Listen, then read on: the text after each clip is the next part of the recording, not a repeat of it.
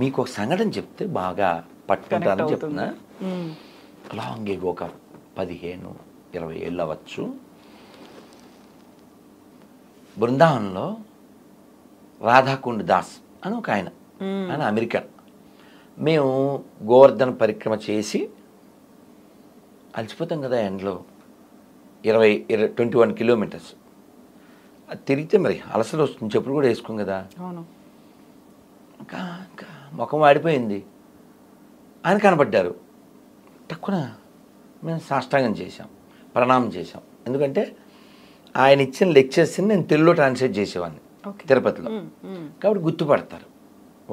వారు ఇప్పుడు లేరు, నో మోర్. ప్రభుపాద వారి శిష్యులు అమెరికా. నేను గుర్తుపెట్టి ఆ ప్రభుజీ, హరికృష్ణ ప్రభు, ధన్యవాద్ ప్రణాం అని అన్నాం. అని వెంటనే మేమేదో ఒక బ్యాచ్ ఉన్నాము. You know why Krishna is black అన్నారు.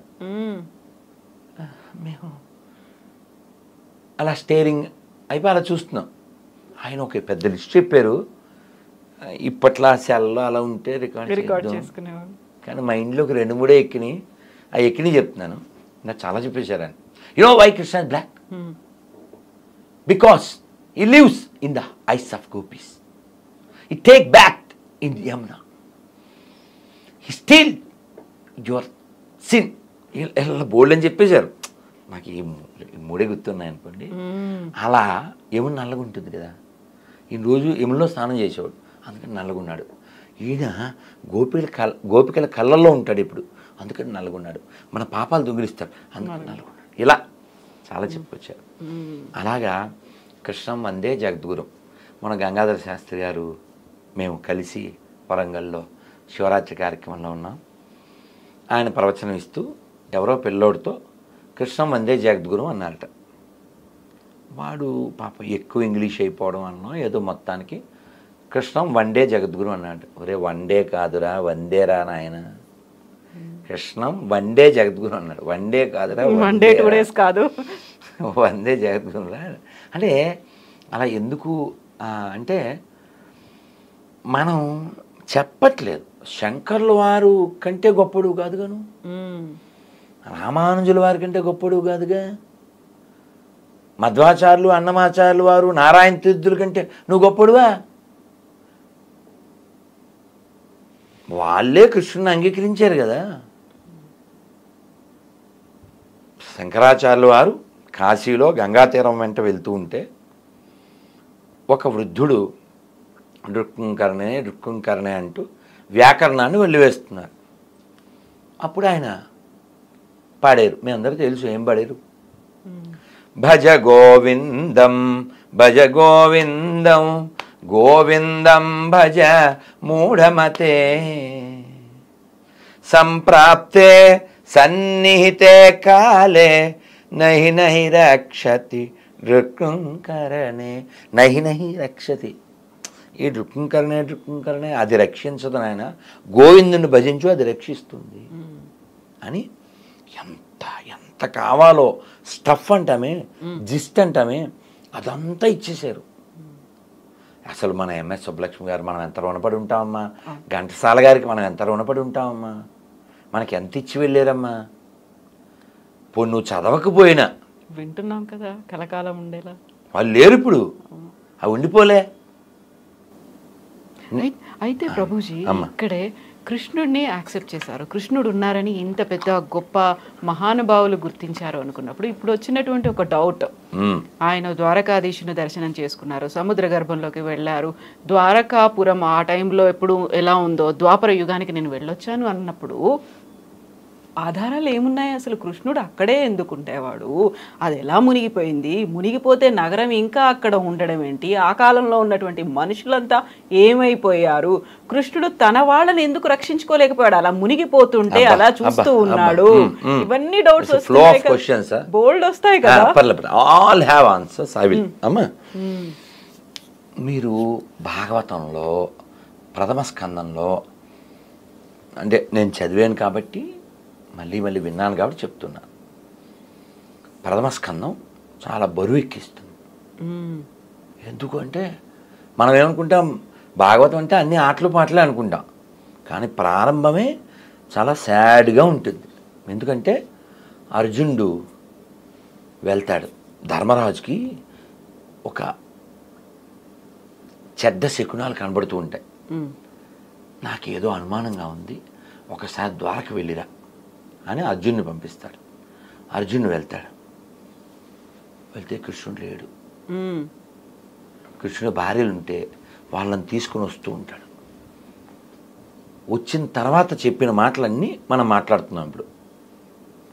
ఎందుకు అలా అయిపోయావు, అంత నిస్త్రాణంగా ఎందుకు అయిపోయావంటే, అన్నయ్య మన సఖుడు, మన బంధువు, మన మిత్రుడు, మన ప్రాణం ఆయన కృష్ణుడు ఇంకా లేడన్నయ్య, ఆయన స్వధామానికి వెళ్ళిపోయాడు అని చాలా బరువు ఎక్కించేటువంటి బాధాకరమైనటువంటి ఈ విషయం చెబుతూ, కృష్ణుడు లేడు, వారి భార్యలందరినీ నేను తీసుకుని వస్తున్నాను, దారిలో వేటగాళ్ళు నన్ను అటాక్ చేశారు, నా గాంధీవం నా విల్లంబులు ఎక్కుపెట్టాను, మంత్రం గుర్తు రావట్లే, తప్పక నేను మామూలు వ్యక్తిలాగా ఆ గాంధీవం ఇలా వేయవలసిన బాణాలు దాంతో దాడి చేశాను, దాంతో చేశాను, అయినా వాళ్ళు లాక్కుని వెళ్ళిపోయారు. ఇన్ని రోజుల నా విజయం నాది కాదన్నయ్య, ఆయన ఉండబట్టి కదా ఇదని, నేను ఆయన ఉంటే నేను హీరో, ఆయన లేకపోతే నేను జీరో అని ఇలా చాలా బాధ వ్యక్తం చేస్తాడు. ధర్మరాజు ఇదంతా మనం బ్యాగ్ సర్దుకోవాలి అని చెప్పడానికి సైన్స్ ఇవన్నీ అని చెప్పి వాళ్ళు అప్పుడు తెలుసు కదా ముగింపు, దాని పేరు మహాప్రస్థానం. అది కూడా నేను చదివా. ఇది భాగవతం తెలుగులో చదివా, అదేమో ఇంగ్లీష్లో మహాభారతం చదివా. చాలా బాగుంటుంది. ఎక్సలెంట్, ఎక్స్ట్రాడినరీ, ఎక్సైట్మెంట్ ఇవన్నీ ఉంటాయి అందులో. అంటే మనం మాట్లాడితే అలా ఎక్కువైపోతుంది, అయినా షార్ట్గా చెప్తాను. అలా వాళ్ళు ప్రయాణం చేసేస్తారు. ఆ ప్రయాణం చేసినప్పుడు ఒక్కొక్కరు పడిపోతారు, మీరు విని ఉంటారు. బదరీలో అవన్నీ ఉంటాయి. భీమశిల మేము వెళ్ళొచ్చాం, అక్కడే సరస్వతి ఉద్భవం, వ్యాస గుహ, మళ్ళీ గణేష్ గుహ, ఇవన్నీ ఉంటాయి. వాటరు పట్టుకుంటే మన మీద పడ్డ నీళ్ళు కూడా మంచు గడ్డలైపోతుంటాయి. అలాంటి స్థితిలో ఆక్సిజన్ అందని స్థితి వరకు కొంతమంది మన వాళ్ళు ప్రయత్నం చేసి వెళ్ళిన వాళ్ళు ఉన్నారు. ఈ హైదరాబాద్లో ఒక ఆయన నాకు ఉపాధ్యాయుని, ఒక హిందీ ఆయన, నేను వెళ్ళాను స్వామీజీ అని చెప్పారు. అంటే up to the mark almost. అంటే ఏంటి, భీముడు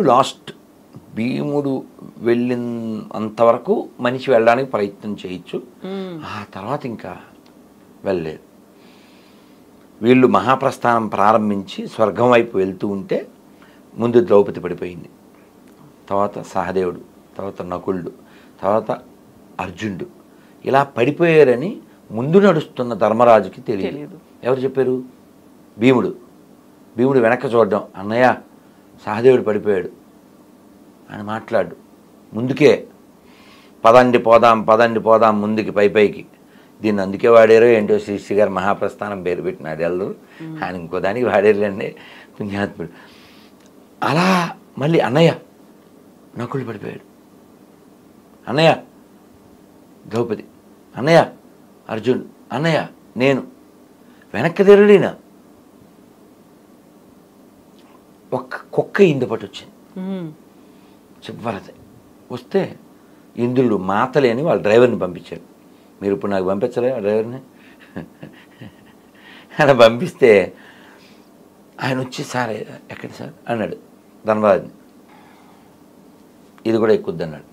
చాలా ఊరుకోండి, మీకు ఒక్కరికే వచ్చింది ఇది అవసరం, ఒక్కరు స్వర్గమైన సార్ ఊరుకోండి అన్నాడు. అంటే ధర్మరాజు చెప్పాడు, నా భార్య సోదరులు ఎవరు నాతో రాలే, ఇదొక్కటి నన్ను నమ్మి నాతో పాటు వచ్చింది, సో యూ షుడ్ అలౌ అన్నాడు. లేదు సార్ నాట్ అలౌడ్ అన్నాడు. అయితే నేను రానన్నాడు. ఏమన్నా బుర్ర ఉందా సార్ మీకు, కుక్క కోసం స్వర్గం వదులుతాడు ఏంటి సార్ ఎవడైనాను అని ఇంద్రుడు వచ్చి చెప్పాడు. అదంతా నాకు తెలియదు, నా పేరు ధర్మరాజు, ఇంకా ఉపకారం ఉంది, దీనికోసం ఏదో అనుభవించాలి అని ధర్మాన్ని నేను విడిచిపెట్టినాను అంటే స్టబాన్ అని నిలబడ్డాడు ఆయన. అప్పుడు ఈ కుక్క ఎవరు? ధర్మరాజు, యముడు. ఆయన చాలా సంతోషం, ఆయన నువ్వు నా పేరు కలిగి ఉన్నావు, ఆ ధర్మబుద్ధి ఇంకా ఉందా లేదా, ఏమన్నా ఎరవేస్తే వెళ్ళిపోతావా అని అనుకున్నా. I'm proud of you my son, వెళ్ళినాయన అని చెప్పి రాజా ధ్రువంతే నరకం అని శాస్త్రం. రాజు, a king must visit hell అమ్మ, అది రూలు. ఏ రాజు అయినా నరకానికి వెళ్ళి రావాల్సిందే, ఎందుకంటే ఏదో విధంగా దోషం జరిగి తీరుతుంది, ఈ మస్ట్ విజిట్. అలా